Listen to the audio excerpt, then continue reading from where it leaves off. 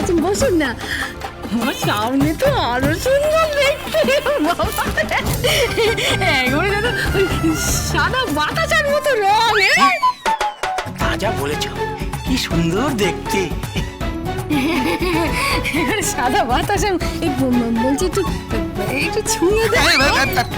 Please আপনি আপনি আপনি দূরে থাকুন প্লিজ। বরঞ্চ একটা কাজ করুন না, আমাকে এক কাপ চা যদি দিতে পারেন ভালো হয়। চা?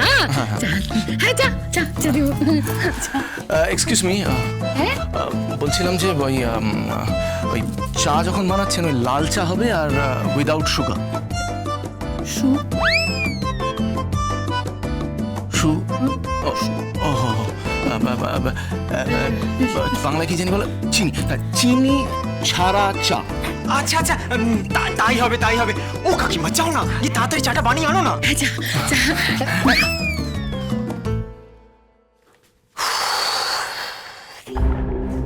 দাদাবাবু, ও হ্যাঁ, অ্যাকচুয়ালি একটা দরকারি কথা ছিল। বলুন। আমার বিয়ে।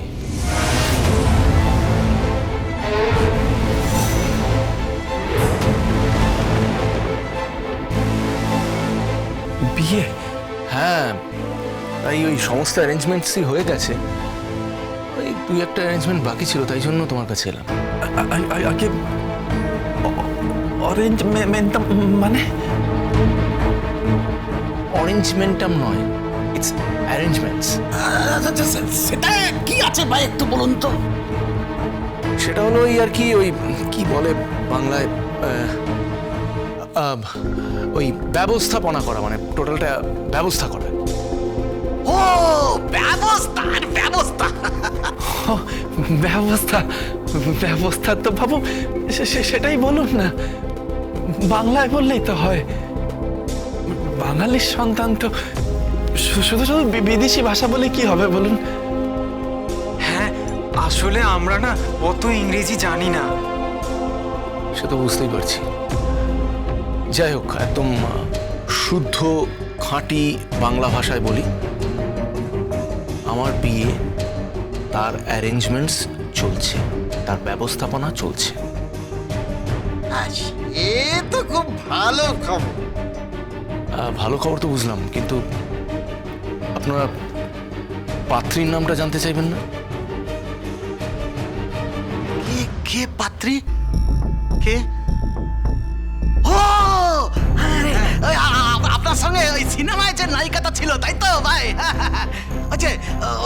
ওই যে সিনেমাটায় তুই আমার আমি তোর, ওই সিনেমাটা যে আপনার মানে তুই হয়েছিল, ওই নায়িকাটা তো, ওই যে কি যেন নাম, প্রিয়াঙ্কার অতীত।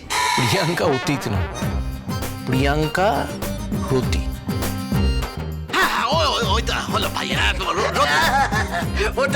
ওটাই ওই সিনেমাটা না, আপনাদের ওই সিনেমাটার একটা দৃশ্য খুব ভালো লেগেছিল।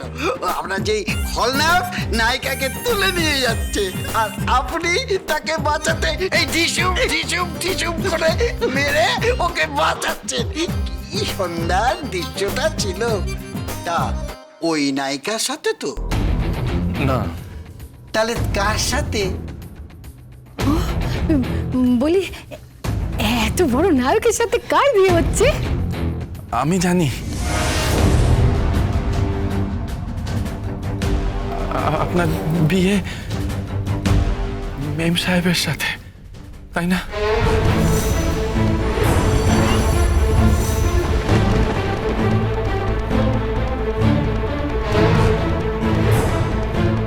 Ganga,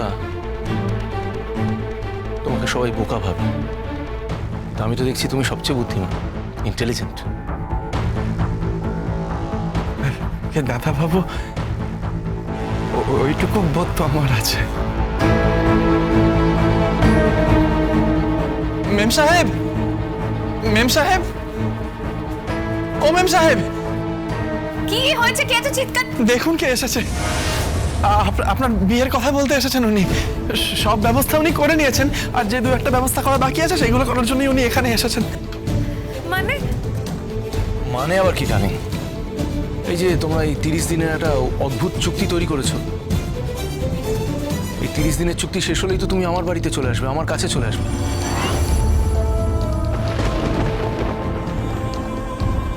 in fact ask him, Gangaram নিজে কথা দিয়েছে ও নিজে দাঁড়িয়ে থেকে বিয়েটা দেবে।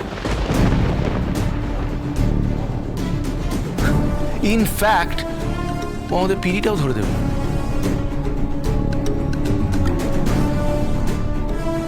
কি গঙ্গা, am I right? আমি ঠিক বললাম তো?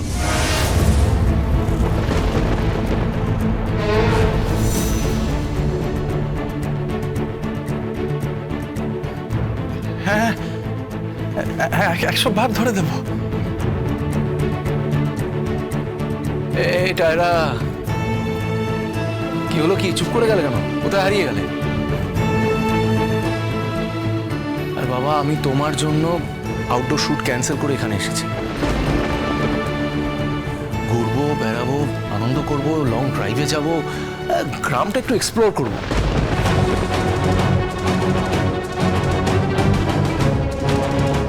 তারপরে আবার বাড়ি ফিরে যাব, আই মিন কলকাতায়।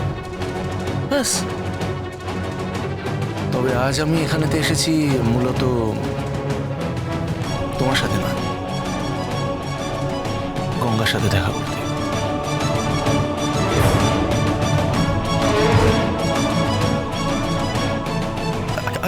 বলুন কি সেবা করতে পারি? গঙ্গা, আমার বিয়েতে আই নিড এ ব্যান্ড, একটা ব্যান্ড পার্টি লাগবে।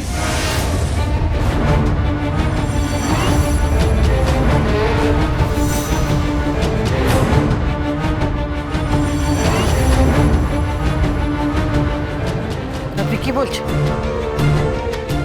আপনি যা ইঙ্গিত করছেন সেটা আমি বুঝতে পারছি। দাঁড়াও দিদি, ওনাকে বলতে দাও। বলুন, কি বলতে চান বলুন। গঙ্গারাম, আমার বিয়েতে ব্যান্ড পার্টি লাগবে। অ্যাকচুয়ালি গ্র্যান্ডার দরকার, ব্যান্ড বাজাতে হবে। তাই জন্যই তোমাদের ওই সুরো ঝঙ্কার ব্যান্ডকে আমি বুক করতে চাই। তাই অ্যাডভান্স মানে অগ্রিম বায়না করে গেলাম।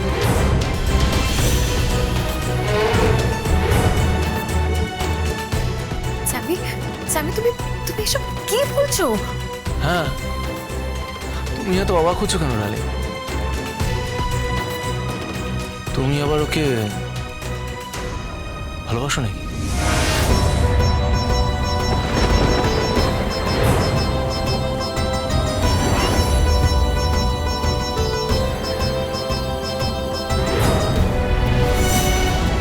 ডার্লিং, তুমি তো এখানে পড়ে আছো জাস্ট বাবার সাথে একটা চ্যালেঞ্জ করে। 30টা দিন শেষ হয়ে গেলেই তো এখান থেকে চলে যাবে। আর তুমি তো বলেছিলে যে গঙ্গারামের মধ্যে যদি কোনো প্রতিভা তুমি খুঁজে পাও 30 দিনের মধ্যে, তবে ব্যাপারটা অন্যরকম হবে। কিন্তু গঙ্গারামের মধ্যে কোনো প্রতিভা খুঁজে পাওয়া তো ইম্পসিবল। এরকম একটা অজপাড়া গাঁ, তার মধ্যে এরকম গেঁয়ো বাড়ি, এনভায়রনমেন্টটাই অদ্ভুত। তার উপর আবার গঙ্গারামের মতো একটা ছেলে, কোনো অ্যাট্রিবিউটসই নেই যা। এরকম একটা ছেলেকে তোমার পছন্দ হতে পারে? Is impossible.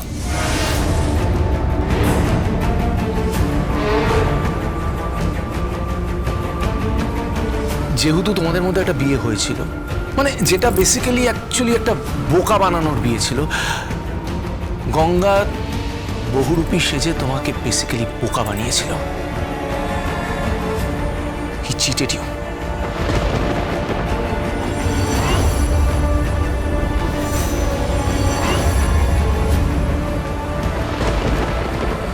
ও তোমাকে ঠকিয়ে বাড়িতে নিয়ে এসেছিল।